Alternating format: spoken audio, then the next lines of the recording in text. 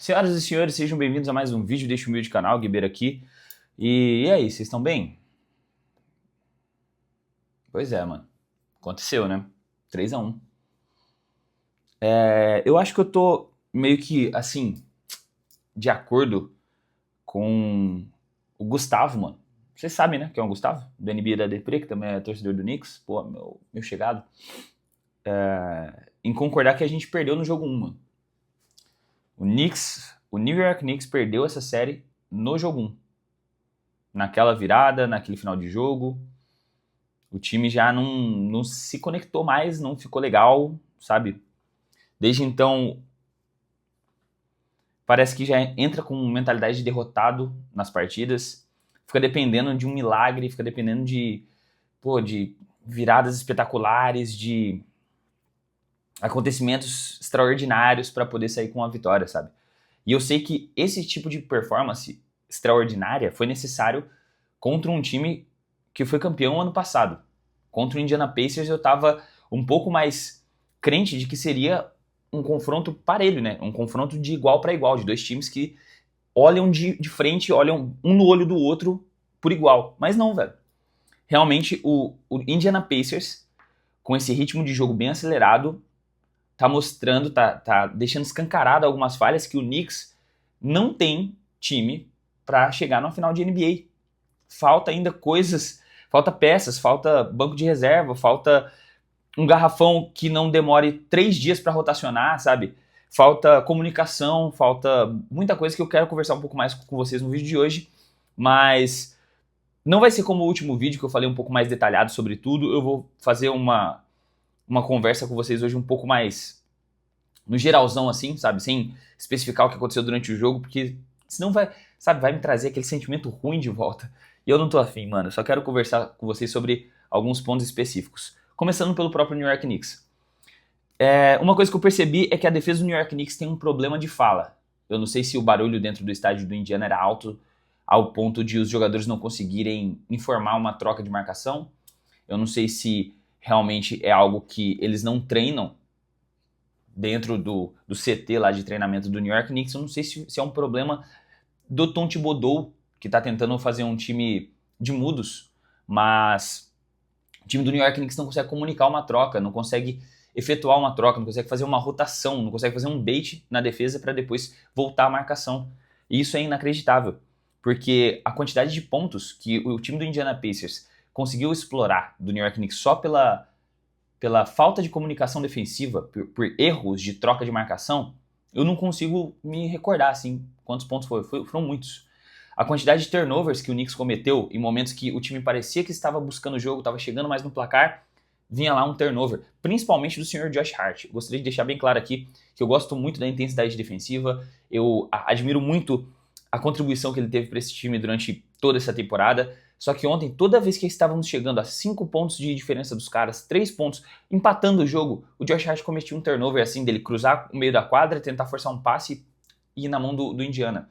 Aí vinha o Dylan Wright cometeu um double dribble, né? Tipo, duas saídas aqui no Brasil, né? Segurou a bola e bateu de novo. Aí, vinha o Jalen Brunson, também vinha uma marcação dupla para ele tentando forçar aquele jogo bem individualista dele. E deu pra ver que o Knicks, quanto mais ele joga coletivo, quanto mais ele joga explorando as características de cada um dos jogadores, por exemplo, o Karl Anthony Towns é um pivô muito móvel, cara. Ele é um pivô muito esquilado, ele conseguiu levar vantagem sobre praticamente qualquer defensor do Indiana Pacers. Levou a melhor sobre o Miles Turner, levou a melhor sobre o Pascal Siakam, levou a melhor sobre qualquer troca de marcação para um dos alas. E ele arremessa muito bem, ele espaça a quadra. Então, pra mim, quando foi nessa série em específico, o foco ofensivo no Karl Anthony Towns, o Knicks performou melhor do que aquele estilo ball hawk, né? O cara que domina a bola, coloca embaixo do braço e ele decide tudo, que é quando tá na mão do Jalen Brunson. Apesar de ele ter feito uma partida excelente. Só que defensivamente, o Knicks acaba pecando demais, cara. E mesmo eu enaltecendo várias características ofensivas aqui, o Giannunobi jogou pra caramba na parte ofensiva. Roubou 3 bolas, deu 2 tocos, o Giannunobi foi um monstro. Se eu falar aqui de vários jogadores que tiveram uma performance intensa e muito produtiva no ataque, não vai servir de nada, vai tudo por água abaixo, por conta que o time não conseguiu defender, sabe o inbound pass, aquele reposição de uma bola lateral? Eu contei 10 pontos.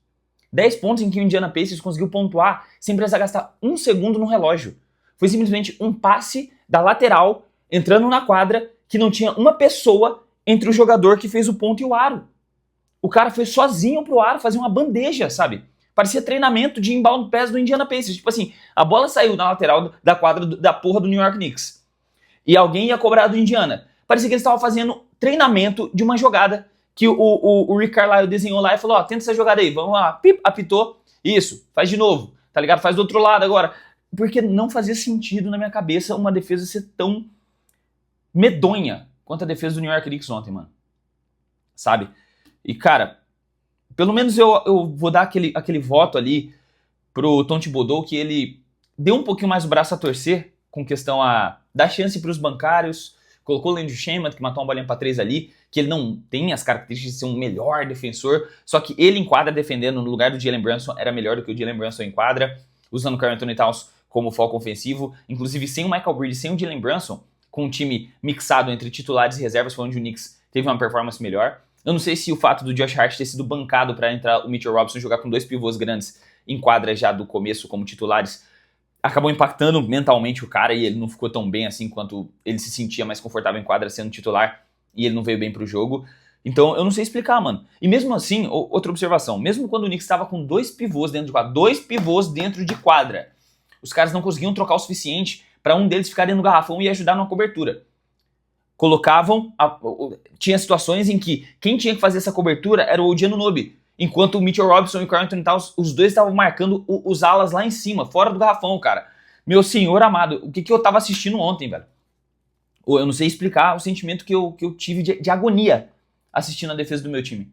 Eu não consigo explicar em palavras. Eu fico bem embasbacado mesmo, velho. Tipo, eu falo, cara, a gente tem tudo, mas não tem um técnico, sabe?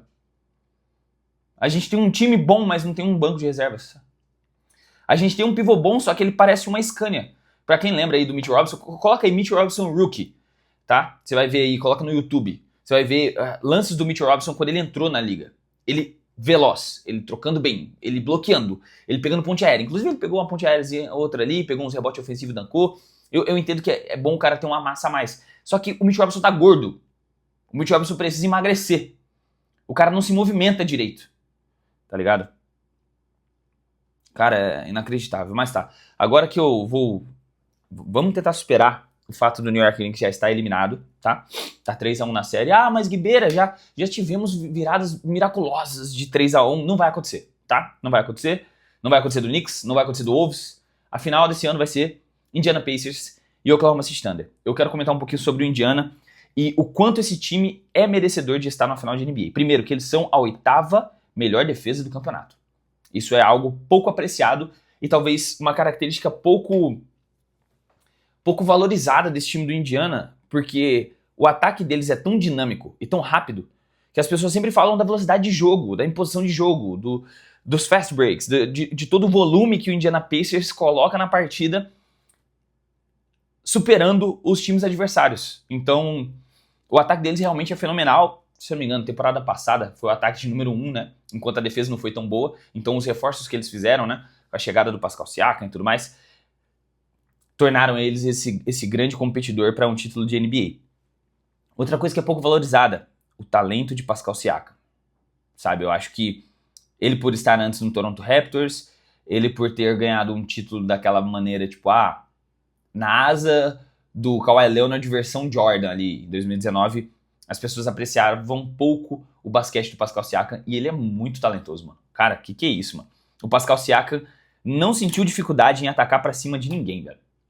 Caraca, o Knicks colocou um quinteto mais alto pra colocar o Mitchell Robinson pra marcar o Miles Turner, pra colocar o Karl Anthony Towns pra marcar o Pascal Siakam. O Pascal Siakam colocava aqui a bola embaixo do braço, dava só aquela ombradinha no peito do Karl Anthony Towns que perdia o equilíbrio, dava um step back, matava uma meia distância, como se ele estivesse num aquecimento. Tyrese Haliburton fez uma das melhores partidas da vida dele. Uma das coisas que tem que ser muito apreciada é o quanto a simplicidade do jogo do Tyrese Haliburton dá certo. Porque eu posso estar enganado, mas ele entrou num top 3 jogadores ao lado de Oscar Robertson e Nikola Jokic a fazer um triplo-duplo de 30 pontos e 15 assistências com 0 turnovers. Só esses 3 jogadores fizeram isso na história da NBA. Então, tem que apreciar o momento em que está vivendo Tyrese Haliburton. Andrew Nembhard, uma boa segunda opção de armador. Eu acho que ele é bem subestimado para o basquete que ele entrega. E outra coisa é o mano Aaron Nesmith. Que cara peste. Eu não tenho outra palavra para descrever ele. Talvez teria uma palavra de mais baixo calão, né? Que eu não gostaria de usar nesse vídeo. Mas ele é muito bom, cara. O Nesmith, mano, matando bola pra 3, defendendo, a intensidade defensiva. É só você pegar 2 posses, duas. Eu quero que você pegue qualquer posse defensiva, pode ser de turnover forçado, do que for, do time do Indiana Pacers. A intensidade defensiva. O Mitchell Robinson não conseguia fazer um corta-luz pra travar o Aaron Nesmith. Karl Anthony Towns não conseguia fazer um corta-luz pra travar o Aaron Nesmith. Porque ele dava um jeito de navegar pelo corta-luz e passar entre o cara que estava atacando e o bloqueio. Enquanto isso, do outro lado, o Miles Turner e o Pascal Siakam forçava todos os jogadores do Knicks a trocar. Isso é um exemplo básico da vontade que o time do Indiana Pacers estava de superar o time do New York. Eles estavam com intensidade defensiva. Eles estavam se doando defensivamente, nem que ele se tacasse no meio de um corta-luz para não trocar e manter o big no big e manter ele defendendo o próprio atacante. E, mano, essa intensidade, essa vontade de ganhar foi o que fez o Indiana Pacers sair com a vitória ontem. Fora uma baita performance do Tyrese Haliburton, fora uma atuação gigante do Pascal Siakam. Toda vez que o time do Indiana estava tendo problemas que a defesa do Knicks conseguia encaixar minimamente, a bola ia no Pascal Siakam e ele resolvia. Nossa, o Indiana ficou 2 minutos sem pontuar. Dá a bola na mão do Pascal Siakam que ele resolve, sabe? Então, velho, total mérito do Indiana. Se provaram merecedores e capazes de chegarem a uma final de NBA. Agora, depois de passar por uma final de conferência ano passado, sendo eliminados de uma forma um pouco mais tranquila assim, pelo time do Celtics, né, que foi bem superior a eles. Nessa temporada eles voltaram mais calejados, mais prontos. E o Tyrese Haliburton, depois de ter sido chamado de superestimado, veio com ódio no coração, jogando muita bola, mano. Cara, parabéns ao time do Indiana. Vai ser merecedor de chegar na final. Cara, se não fosse o meu time, se eu não estivesse falando sobre o New York Knicks, eu estaria apreciando muito mais essa série, sabe? E talvez tirando observações menos clubistas a respeito do New York Knicks. Mas é dessa maneira como eu me sinto nesse exato momento, rapaziada. Espero que temporada que vem o time do Knicks venha melhor, que tente trazer, como eu falei, um pivô mais móvel. Eu acho que um jogador que o Knicks deveria ir atrás é o Walker Kessler. Volto a repetir isso. Um jogador para vir do banco aí, o Knicks tem que minerar um carinha que não tá tendo espaço em outra franquia aí para trazer ele para vir do banco. Mais ou menos o mesmo trabalho que o Boston... Talvez dá mais oportunidade para essa rapaziada jovem, né? Quem sabe o cara do banco de reservas que a gente tanto espera seja o Paco da Diet. Por que não? Sabe? Mas é isso, cara. Eu não tenho mais muito o que falar, não. Se você gostou desse vídeo e ficou até aqui, se inscreve aí embaixo, ativa o sininho, deixa o like, já vai estar me ajudando demais. A gente se vê no próximo vídeo aí, que eu vou estar falando do jogo que vai ter hoje entre OKC e Minnesota Timberwolves. E é isso, manos. Tamo junto. Fiquem com Deus. Forte abraço. Até o próximo vídeo e falou!